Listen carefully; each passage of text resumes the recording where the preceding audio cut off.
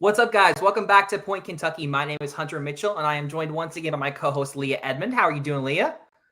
I'm doing great. How are you? I'm good. We are joined by two very familiar faces for Kentucky fans, Allie Stumler-Linehan and Kaz Brown. How are you guys? So good. So happy to be Final here. week. Feeling good. Thank you guys so much for joining us. You all are some of the Kentucky volleyball royalty, so it's nice to have you guys on the podcast. We're gonna start with a little bit of Kentucky. Obviously, you all are in your pro careers and your adult lives. I'm not sure how much you all are able to watch Kentucky anymore, but I want to start with them just a little bit. So it's funny, when I was thinking about this interview and talking to you guys, I was kind of thinking about Kaz and then Leah and then Allie and how you all really kind of three of the cornerstone pieces to what Kentucky is doing now, right? Kaz, you were here first, right? And you kind of saw the beginning of what Kentucky has become. I remember your junior year, you all were poised to win a national or an SEC championship.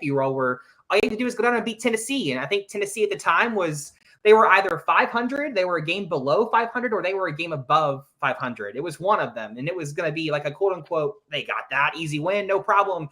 And Tennessee won that either in a sweep or in four. And kind of dashed those SEC title hopes. And I remember talking to you guys that next year and that being something that was very much on your all's minds. You all very much knew what happened last year, and that kind of spurred you all on to what I think a lot of people look at as one of the first famous teams in kind of this golden era of Kentucky volleyball, right? That was that senior team that was you, Kaz, Emily Franklin, Leah as a little freshman, Ashley Dushek. I think DMAC was with you all that year. It was a very senior team. Mm-hmm. You know, you all started making the history, right? It was the first time you had a top four seed and got to host, and even over Nebraska, which a lot of people were upset about. And Nebraska eventually came in to beat you all and win the national championship.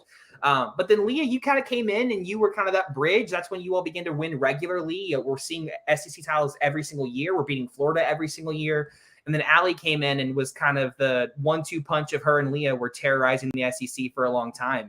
And I think now a lot of people look back at that combination and it's like, man, that's one of the most deadly, outside hitter combinations that college volleyball has seen in a long time. So you three each kind of have a unique role, I guess, in kind of where Kentucky volleyball is at currently. So I guess we'll start with you, Kaz, and we'll go down the line, Allie and then Leah. What does it mean to you guys now as alumni to see where the state of the program is now compared to where you all were there? Obviously, Allie, you got to win a title, and you waited until Leah left to win the title. I'm sure she's very appreciative of that. But you all really have gotten to see the sustained success of this program. Some of you from the beginning, some of you all right in the middle, and some of you all right here in the smack dab in the middle of the golden era. So what does that mean to you guys? Kaz, you can go first. Yeah, I mean, I know that I'm just like super proud to be a Kentucky alumni. Everyone knows, anyone who knows me know that I hold that program very near and dear to my heart. So I think that I've just been so proud of like the growth. The coaching staff is obviously amazing, but I think every person who has anything to do with Kentucky volleyball is like just great in general. And Craig especially always prides himself on recruiting not just great players, but great people. And I think that has a huge impact on why we've seen Kentucky have the success that they have had, especially in the last 5, 6, 7 years. You don't win national championships without it being truly a family. Same goes for SEC championships. So I think I just am so proud of like the players who come out of that program. Like it's been awesome for me. Obviously, I've known Leah for a long time. Allie and I never got to play together, but it doesn't feel that way when I'm around her or when we're on the court together for AU, just because I think when it comes to Kentucky volleyball recruiting, they are recruiting the people, not just the players. And I think that's why I still, all these years later, feel so connected to the program. Allie? Yeah, I think exactly what you said, Hunter. Like Craig really instilled in all of us. We play for the people who came before us. And so it's such like an honor to get to say, I play for Leah Edmond. I get to play for Kaz Brown. Like all those players, even years ago, like those are the people that set the foundation of Kentucky volleyball. And so they started, Craig always talks about like at the very bottom when he got to Kentucky, and now looking at the attendance at summer camps, the attendance at matches, like all those things, the program has come so far. So it's such an honor. And I think especially when you come to things like this and we're all three playing together and we get to wear, Kentucky stuff and we get to walk around like we're Kentucky alums, and it's just such an honor and privilege. And I think it really shows like how special the Kentucky volleyball culture really, really is. Leah? Well, for me, I was like kind of in the middle of both of them. So I saw like the beginning of us starting to really, really do something. And then I got to kind of leave right when we were in the heat of things. And so I think there's much more of an appreciation of getting to see both sides of it, of seeing us in our prime and being part of the team that kind of like, come on, y'all, we're going to do something with Kentucky. Like we're going to make it work. And so I think there's just an immense amount of pride. Like I said, I will rep Kentucky till the day I die. I make sure everybody knows that I played for Kentucky and I'm from Kentucky. And I think that is because of the program and what Craig has done, that we do feel a sense of pride of saying we played for Kentucky. And it's a really cool thing that, like, no matter when you played at Kentucky, we all, like, there's like a connection. Like, I can talk to the girls now and it doesn't feel like I'm just talking to someone new. It feels like I'm talking to someone that I played with, because Craig gets such great people that all of us get along no matter when we played at Kentucky. I mean, I talked to girls that were there way before I was there, and I still have somewhat of a connection and feel like it's so easy to be a part of. So Craig has created such a community for all of us that we're so thankful that he recruited us and that we were able to play there. You know, it's funny. Craig was building something before you all were there. He was obviously a former assistant coach for Nebraska, for John Cook. So it wasn't like he came from nowhere. I mean, he had a very high coaching pedigree. You come from John Cook. Everyone knows that you're going to do something successful. But all three of you went to Kentucky again before Kentucky was what Kentucky currently is. There was something that you all saw, that this program was on the cusp of becoming something. It wasn't a program that was winning SEC titles every year. They weren't competing for national championships. They certainly weren't getting top 4 seeds, and you know, right there, what was it about this program for each of you specifically that you saw they're about to do something and I want to be a part of that? Kaz, you can go first. Yeah, I think during my recruiting process, Kentucky was at a point in time where it was like, okay, we were getting to the second round or the Sweet 16 on a consistent basis. We were winning, but we were kind of not getting to that next level. So I saw an opportunity where I could potentially come in and contribute right away. When I got there, you know, of course, my goals were to win SEC championships and to win national championships. I think that's every probably Division I Power 5 athlete's goal when they come to a program. But what I really saw was the vision for the future. When I was talking to Craig, when I was talking with Durs, like, though they were telling me things that I could see and I could believe in. Like, they weren't selling me a dream. They weren't giving me this unrealistic pitch.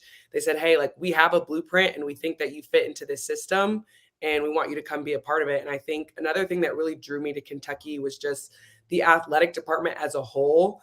I wanted to go somewhere where I felt like, you know, I would be able to feel the support from other athletes and other sports, other departments. And I definitely did. So that is what drew me to UK athletics in general. But I think, you know, like, what you see is what you get when it comes to Kentucky volleyball. That comes with the players and the staff. And so I really just felt at home and comfortable when I was visiting the program. And it's somewhere that I truly could see myself for, you know, the next 4 years.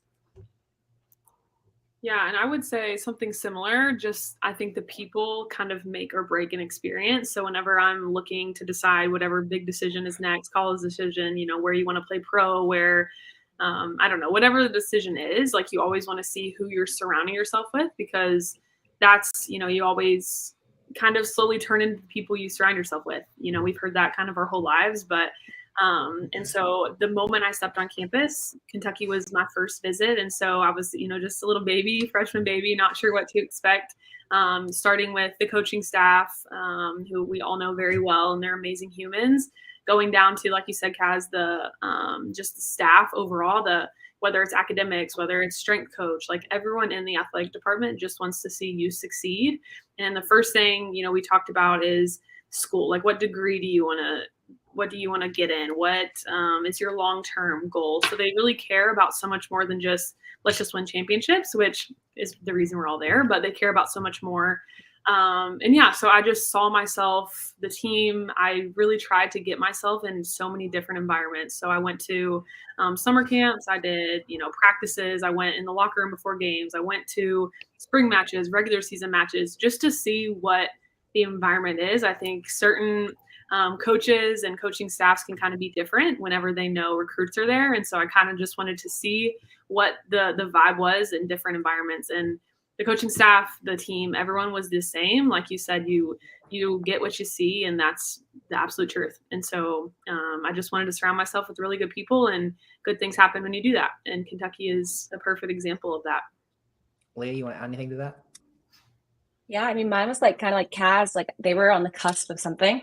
And I was like, ooh, I want to be a part of that. I want to be the person or part of the teams that help push them to that next level. And I mean, like it happened kind of quickly, especially with my class. It happened like right after we got there. And so I think I also had a different point of view because I saw Kentucky as like a family member from my dad. And so I kind of already had the background knowledge of what the athletic department does for the athletes compared to all the other schools that my family were at. And so I think I had more of an appreciation for what they did and how much they put into the athletes, not just as players, but as people. And so I think that was enticing enough just from an outside perspective of a family member seeing what they're doing. And then once I started getting recruited, I was like, okay, the things match up.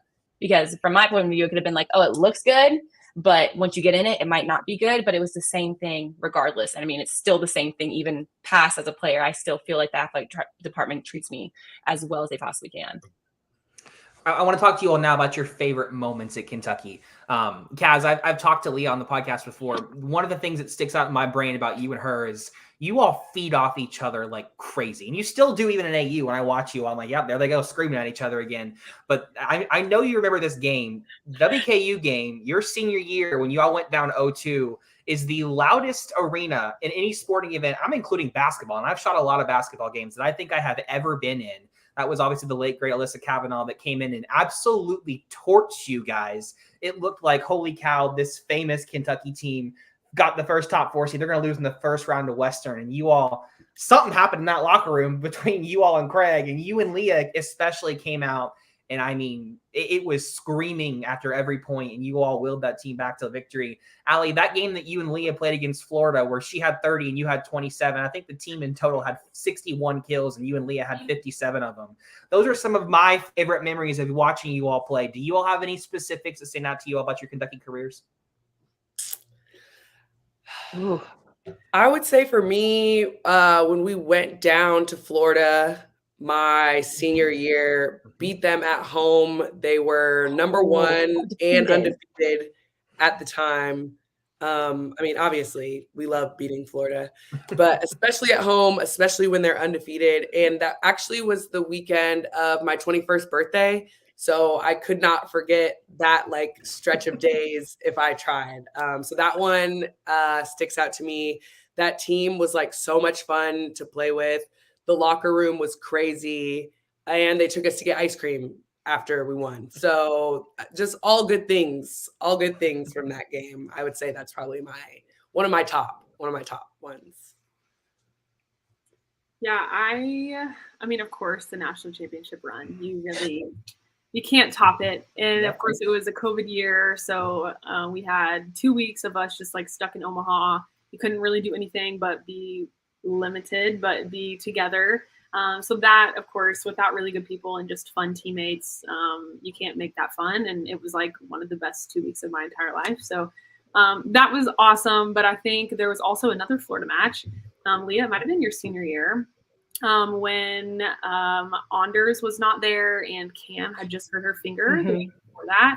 And I just remember things were kind of going crazy, and Leah just gets in the huddle and she's like, going gung-ho, talking about like, we have to do this for Cam and Leah, and everyone, it just like flipped a switch. Like Leah's passion and fire for like, we're not going to play for ourselves. Like right now we're playing for something so much bigger. It's like the power of 15 or power of 17, however many there was. And like, it was a totally different team. The fire was insane.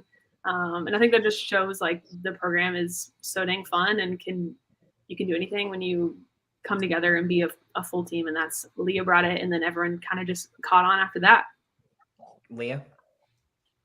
Georgia, my sophomore year, when we finally won SEC championship. I mean, we like, Craig is like really like doesn't show much emotion. So like to see him crying and all of us just like crying in the locker room, and like water went everywhere. Like it was just a moment. Like none of us really talk about that game. Like even though that was like the game that we won. And like I will never forget it. Like they have like an underground garage, and we were blasting Big Rings by Drake and Future, and we were dancing in the van and like screaming. I still have the video. It was like one of the coolest moments. And then we got off the plane, and we had no clue that the whole like lobby at TAC Air was filled with our family and Kentucky fans. fans, and we got hats and they had banners and they were playing music, and like DJ War and Peace was there, and it was like the coolest experience because like that was the first time we got to celebrate a championship, and we didn't think we were going to do anything for it because we were like, oh, we're away, like we won't get to celebrate. And then we walked into that and all of us were like crying and just taking selfies, and it was like the greatest moment. Well, we're going to do one more Kentucky question before we go on to AU. Kentucky plays Florida this weekend, and when you all were here, that was the big one. Now that you all have left, the SEC has gotten substantially better, so there's like 6 big ones now, but Florida is still Florida. And so I want you all to give me some quick, like a rapid fire. What are the keys that you always had to bring whenever you played a team like Florida? Whenever you played against Mary Wise, what are the things that you all always knew? All right, it's Florida. They're going to do this. We got to make sure we do this. So give the Cats some advice when they go to play Florida on Sunday. I think you got to start with the energy. Beat them with energy from the start. I think they're a really emotional team. So if you come out on top, I think you can stay there. Kaz?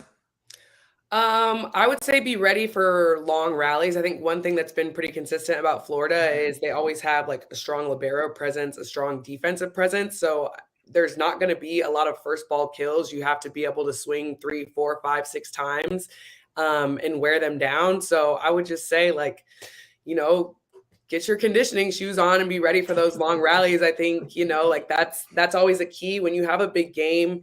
Everybody's hype and everybody's excited and the gym is loud and there's all these crazy things going on, but you just got to control the controllables. Leah, you want to add a quick one? Gotta take it point by point, especially when it comes to Florida. I think you can't rush it. You get so, like I said, there's so many emotions and excitement because of the history behind it, but you got to go one point at a time because, I mean, we've played some really, really long ones against them, and you can't be defeated if you lose a set because we've definitely lost plenty of sets to them, but still came out on top. Yeah. What a good Craigism. Play where your feet are, one point at a time. I have heard that from him about 1,000,000 times just from media, so I can only imagine how many times you guys heard it. Well, let's transition now to AU. You are in your final weekend of play. I got to say, this has been one of the most fun 5-week stretches of volleyball I've gotten to watch. I told Leah this after the first weekend. I haven't gotten to watch you all since you left Kentucky. So, Kaz, I haven't seen you. It's been 3 years since I've seen you. So it hasn't been quite as long, but before, a professional league in the US, you all would go play professionally if you were going to play a professional career, and it was overseas. And so fans couldn't watch you guys play. And so it's been really cool to get to see you guys playing again, not only against each other, but just in general. So first off, let's just talk about what does it mean to you guys to be able to play in the United States? This is one of the first leagues of its kind.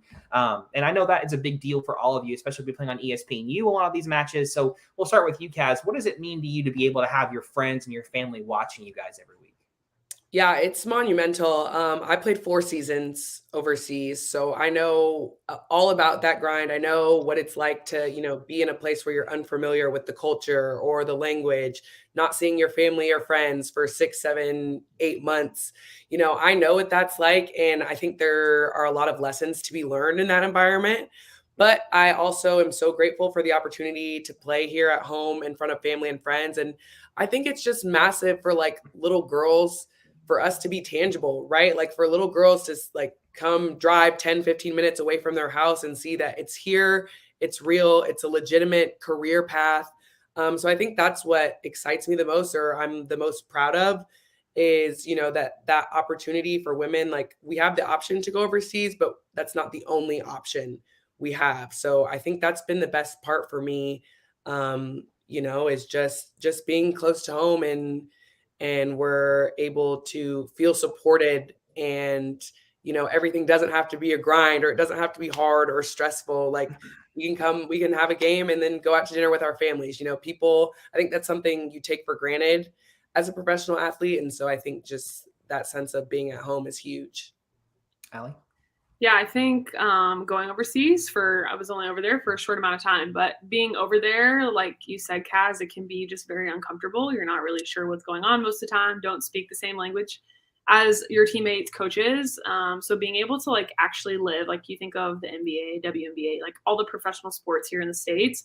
You hit it on the head, but it felt so different over there. Like you couldn't go to the dinners with your friends after, like you just felt so secluded. You'd go to your match, you'd come home, you'd sit in your room by yourself, maybe grab dinner with a teammate if like, how to speak the same language. But it's here, and like you get to do those things. Like I have an old teammate, one of my best friends, here with me, celebrating the last week. So it's just things like that we actually get to do, and makes it feel like a true professional sport, just like other in the state or in the country. And then also it's just such a fun time for women's sports. I think, I scroll through my Instagram feed and it's just, millions of viewers watching volleyball matches, and how far the sport's grown every year, the, attendance records at games. And it's just day after day, like different records are being broken, and it's always about volleyball, which is really cool. So just fun to be a women's sports, but volleyball specifically.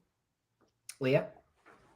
I think I have more of a sense of gratitude because, like, I haven't really truly ever gone overseas. Like, I went to Puerto Rico, and that still was kind of comfortable. Like, we had the same stores we had here. So, like, I didn't really feel like I was gone. So I think I have now a more bigger appreciation for the sports here in our country, like, especially having girls that come here and they talk about how different it is. And even hearing, like, Kaz experiences overseas, like, I just have more of an appreciation of what we're doing here. And I think it makes it more powerful that we're doing it now. And I think with the day and age that we're in with social media and things, that we can create such a beautiful thing for girls after us. And I think that's kind of the best part about it, is knowing that, like, in 10 years, when I'm done playing, I can still watch this league going on and watching the new age of girls that watch Just Do It play and be successful and be happy and never have to experience some of the stuff that some of the girls here have, because they've been through some situations that I just couldn't ever imagine playing the sport I love. And so I just definitely have a way bigger gratitude for it all.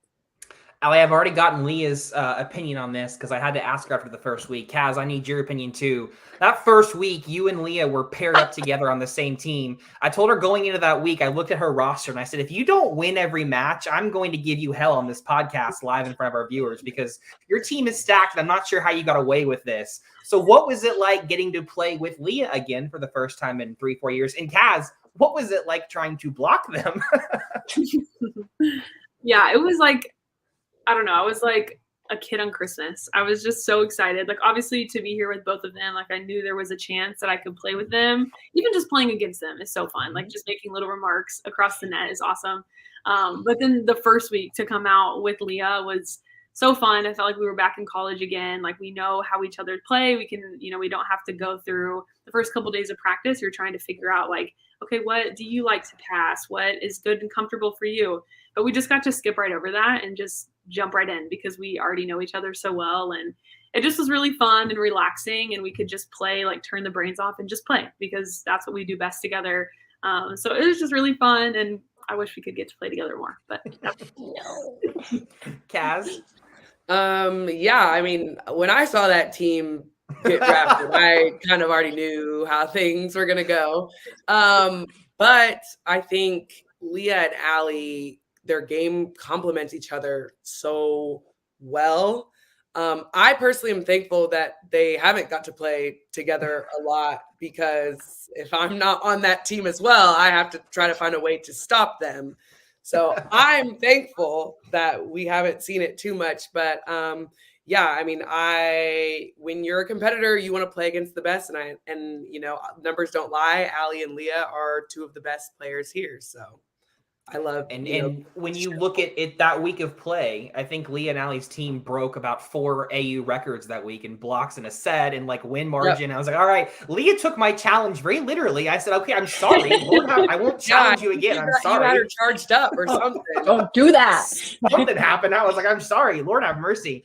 It's funny now, Allie, you now have been having to play against Leah and Kaz a lot. They have been on the same team, I think, 3 times now, if I'm right, you all.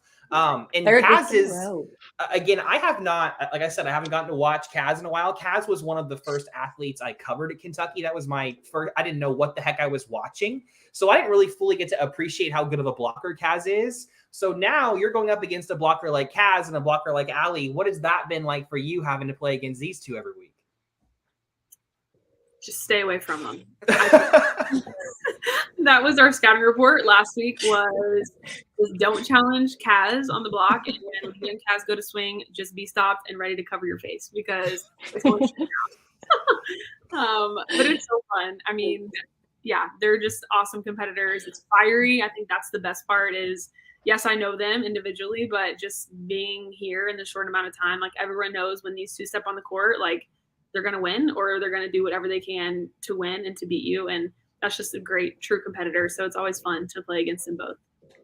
It's funny, Allie, we've been talking for me and Leah talking on the podcast the last couple of weeks, and she keeps saying, I keep telling my teammates that Allie hits that freaking sharp angle where her shoulders should not bend that way every time, and you have to defend it, and they don't listen to me, and she keeps doing it. They don't believe me. They like literally last week, Dave was like, I asked Allie what her favorite shot was, and she said, sharp cross. I said, yes, it is. He was like, she hasn't hit it. I said, good. She won a championship. She won a championship with it. So clearly it's one of her favorites. Yeah, it is. Love the good old shoulder for that one.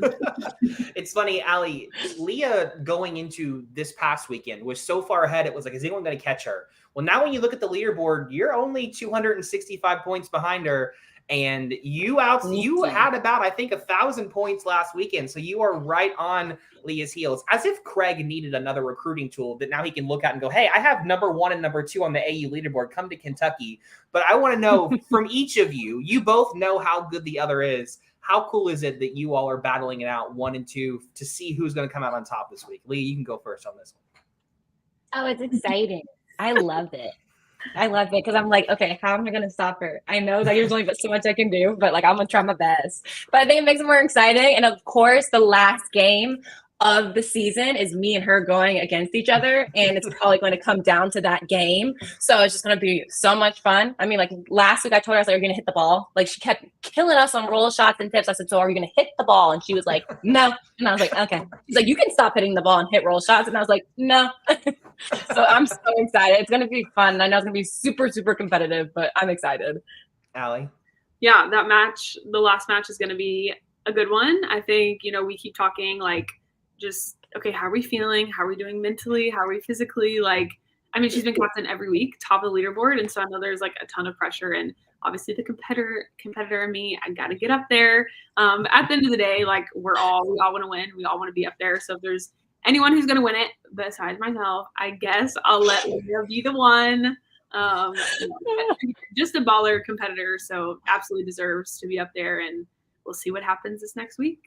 And Kaz, you get the opportunity to help Leah try and defend that. You're going to go up and try block Allie. So how excited are you to try and help Leah do that all weekend? I'm excited, man. I just got out of the 30s, so I'm happy to see myself at 28 or something. I'm trying to ride Leah's coattails all the way to the top. But yeah, I'm super excited. Like no one besides these two is happier to see two cats at the top of the leaderboard. So I'm really excited, but obviously I'm going to be taking the game very personally, and I'm going to be doing everything I can to slow Allie down. I know I can't stop her, but I'm going to try to slow her down. So I have a feeling that scouting report from last week of avoid Kaz at all costs might be applying a little bit for Allie this week. I'm going to copy and paste that for both of them. There you go. Well, Allie, Kaz, thank you all so much for joining us. I've talked to Leah before. You three are some of the first athletes I've ever gotten to cover as a journalist, both when I was a student at Kentucky and then once I got my degree and started doing this actually. I'm always so appreciative of your all's time. The stories that I tell would not be what they were if you all weren't so open and kind and generous with your time and how often you all are always ready to talk on a podcast or give me a story report or whatever. So thank you all so much for joining us. I have a special place in my heart for all three of you. I've loved so much getting to watch you all play again, and it's been way too long. So I'm trying to get out to Arizona this weekend, but I can't find anyone to come with me. So I'm trying. Do it. Come. I told him to come. I said Sunday, Monday, you got to come. You got you have to. I'm going to try because I would love to come watch you all play in person. But thank you all again so much for joining us. We appreciate you all so much. Thank you for having us. Y'all are the best. Anytime. Good luck this weekend, guys. Thank you. Bye. All right, Leah. Well, why don't we now preview this weekend because it's another big weekend for Kentucky. Kentucky has 2 more games. They got Florida on Sunday, but they got South Carolina tomorrow night. In Columbia. So the 2 more road games. What does Kentucky need to do to come out with another good weekend this weekend? I mean, they've been so consistent, and they got to keep that up. And I mean, South Carolina is not an easy place to play. If anyone's ever seen that gym, it is a small gym. They pack it, and they are loud, and they play with a completely different ball than we're all used to as well. And so there's a lot of things that are changing and happening in a short amount of time, and they just have to be able to come in and just play. Because at this point, now there's a huge target on their back because they're in first place by themselves now, since Arkansas got swept last night, which was insane. But I think they just have to focus. They're in the place where they want to be, and now they got to keep it, and now they got to keep going. And they can't let the excitement of going to play Florida overshadow playing South Carolina, because that sometimes can happen when you're like, ooh, the big game's on Sunday, and this game's just like another game. You got to really lock in and focus, or you can come out 1-1 or 0-2 if you're not really focused because you're focusing on another game. So I think for them, it's just play how you've been playing. You've been doing fantastic on the road and at home. Be that consistent. And just like everyone has to be that consistent. And that's the end of the day for them at this point, is how consistent, how clean can you play to finish out this season? Right. And we saw it last night, right? When Arkansas went to Georgia, Arkansas was rolling. I mean, they only lost one SEC game to Kentucky, excuse me. And they get swept by Georgia. So we've talked about it a million times. This league is not the league of old. Every single night, a team can beat you. You've got to come in and approach that South Carolina game the way you've approached Arkansas, the way you've approached Tennessee, the way you'll approach Florida, because those games that are in between all those big ones are often the ones that decide the SEC championship. Because you're going to get up for the Floridas and the Tennessees and the Arkansas, but can you get up for the LSUs? Can you get up for the South Carolinas? Those are the ones that really end up making a difference once that title race comes down. Because if you have a slip up, that's when those other teams are going to strike. And right now, like you mentioned, Kentucky has played itself into firm sole possession of first place, which, again, a month ago, we would have never thought that was going to happen. But they played themselves now in a great spot. Don't waste that opportunity. You still have to play Florida twice, once on the road. You've got to play Arkansas on the road. You've got to play Auburn still on the road. Their schedule is not by any means, they have a light schedule the rest of the month. You have a loaded SEC schedule. You cannot afford to lose any games that you should not, quote unquote, lose on paper. So make sure you get up tomorrow just the same way you're going to get up for Florida.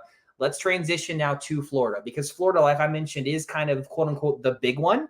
But this year, Florida has struggled. Now, beginning of the year, Florida looked like a legitimate title contender. In that match when their setter Alexis Stuckey got hurt, they looked like they were going to sweep Wisconsin at Wisconsin. Once Alexis Stuckey went down, that's when Wisconsin came back and won that match. They've lost 3 players this year to season-ending injury. Most recently, Anna Dixon, who played for Missouri for the last 3 years and tore Kentucky up. So they're a team that is reeling a little bit because of injury, but they still have a lot of talent. I mean, Kennedy Martin is a freshman right side for them that is in the running for SEC Freshman of the Year. This is still a loaded Florida team. They're still ranked for a reason. Now, are they as talented as they were at the beginning of the year? No, but you still have to show the exact same respect to them that you always do. Mary Wise is obviously a phenomenal coach. She's going to have that team ready. Kentucky's got to get up and make sure they play well for this one. What does Kentucky need to do against Florida to come out with a win in Gainesville? Well, I mean, Florida's usually a very big team, very block-heavy team. And I mean, that's what I remember from all my years is they have a big block, and they will put it in your face, and they will force you to try to do something different. And so for the hitters at Kentucky, you can't start doing everything new. You can't start trying to hit shots that you've never hit before or trying to avoid the block, because that's when you make errors. You have to go up, be confident in your swing, be confident in the people behind you that are covering you, and just play. And I mean, Florida is always going to be intense. Someone's going to hype it up. Someone's going to say something to make you feel like a little bit more riled up than normal. And Florida's going to be gunning for Kentucky because they always are. Regardless if they're sharing first place or not, the game's going to always be intense because one of those teams ends up winning the SEC championship. So I know the other team is probably like, ooh, maybe we can help get them out of that position. So for them, it's just going to be like staying confident in who they are and their game plan. And just follow that to a T. Don't try to do anything new. Don't try to do anything different because it's Florida. Do what you have been doing the past couple of weeks. Right. And we talked before, when Kentucky plays these bigger blocking teams, sometimes they have a tendency to let the errors pile up. Recently, what has made them so good has been how much they have cut down on those errors. They are not hitting the ball out of bounds as much. They're not getting blocked as much. That's stuff against a big block team, a big block like Florida, that you have to make sure that you're continuing to do, because using the blocker's hands, tooling it, swinging high hands, those are what help you beat big blocking teams. And this is a sneaky Florida game because, like we mentioned, they do have 3 starters out because of injury. So to some regard, it's what do we have to lose on their end, right? Like, I mean, it's not like they're currently, I think, 6-4 in the league right now. They've lost 4 SEC matches, I believe. So they're certainly not in the title race right now. So they very well may come in with that we've got nothing to lose mentality. And if you come in tight, that's usually what is a recipe for disaster if they're playing loose and free and you come in tight. So you mentioned it. Come in, do what you've been doing for the last month and a half. That's given you so much success. And if they do that, I like their chances. Look, Arkansas and Tennessee, if we look at the top 10 that the committee released there, I think Arkansas was 8. Tennessee was 9 or 10. So 2 SEC teams in that top 10 compared to the committee. If I'm looking at the way all 3 of those teams are playing, I think Kentucky is playing the best out of those 3. I think Kentucky is right now, at least, the best team out of those 3. Now, Kentucky's resume, because of the early season, is the reason why they aren't up there with them right now. But Kentucky has the talent to run the table in the rest of the league. Will they? I don't know. It's hard to say you're going to go undefeated for your next month of play and that you're going to beat those 4 teams all over again. But the fact of the matter is, we've said it all year, this team has the talent. It's just going to be a matter of, do they get up and come and play for it? And this weekend, you got to think too, you've been off since last Friday. Sometimes you worry about rust when you have had a week of play, especially if tomorrow your first game is South Carolina. It's not Florida. You got to make sure you come out, be ready. Because yes, Florida's the big one, but like we mentioned, South Carolina, games like that, kind of in between games, those are often some of the harder games to win because you aren't expecting it. You're looking ahead. You're distracted. You're thinking about the ESPN game that you've got on Sunday. You got to get up just the same for both of them because both of these teams want to play spoiler to Kentucky. And Arkansas is sitting at home cheering very, very hard for South Carolina and Florida because they were they were right up there with Kentucky and losing that game to Georgia when they still have to play Florida again. They've got to play Kentucky again. They're sitting at home going, man, we messed up with a big opportunity because Georgia's a good team, but that's a game that, when you look at what Arkansas has been doing, sweeping Florida and Gainesville and taking Kentucky to 5 and beating Tennessee and Knoxville, they want that one back. And so if you're Kentucky, you've got to take advantage of that misstep and really put the pressure on them to say, hey, we're not letting you have this SEC title race. We're going to take it for ourselves. So, well, Leah, thank you so much for joining us. That was one of my favorite shows we've gotten to do, talking to Kaz and Allie and you again, getting to reminisce about your all time at Kentucky. Obviously, you have a great big weekend ahead at Athletes Unlimited. If you didn't hear me before, Leah Edmond is currently number 1 on the leaderboard. Allie Stumbler-Linehan is number 2, 265 points behind Leah. But Allie outscored Leah on stat points last year. I think it was last week, 1,000 to 750. So that is not an insurmountable number. That is very much doable for Allie. And like they mentioned, the finale of the weekend is Team Edmond against Team Linehan. It's probably going to come down to that final match. And I know you are excited to be on ESPNU for that one at 10:30. That is, look, if you have not watched this league yet, despite how many times I've told you to watch it, this is the weekend to watch. Leah Edmond, a former Wildcat, and Allie Stumbler going up for number 1 to try and win the whole league. And they will be the finale, as if we needed a better finale. They will be the finale Monday night going up against each other with Kaz Brown. Kaz is on Leah's team this week. So Leah, I know you're excited. Anything you want to say before your big weekend to your fans, trying to get them to watch? Man, Leah's always been one.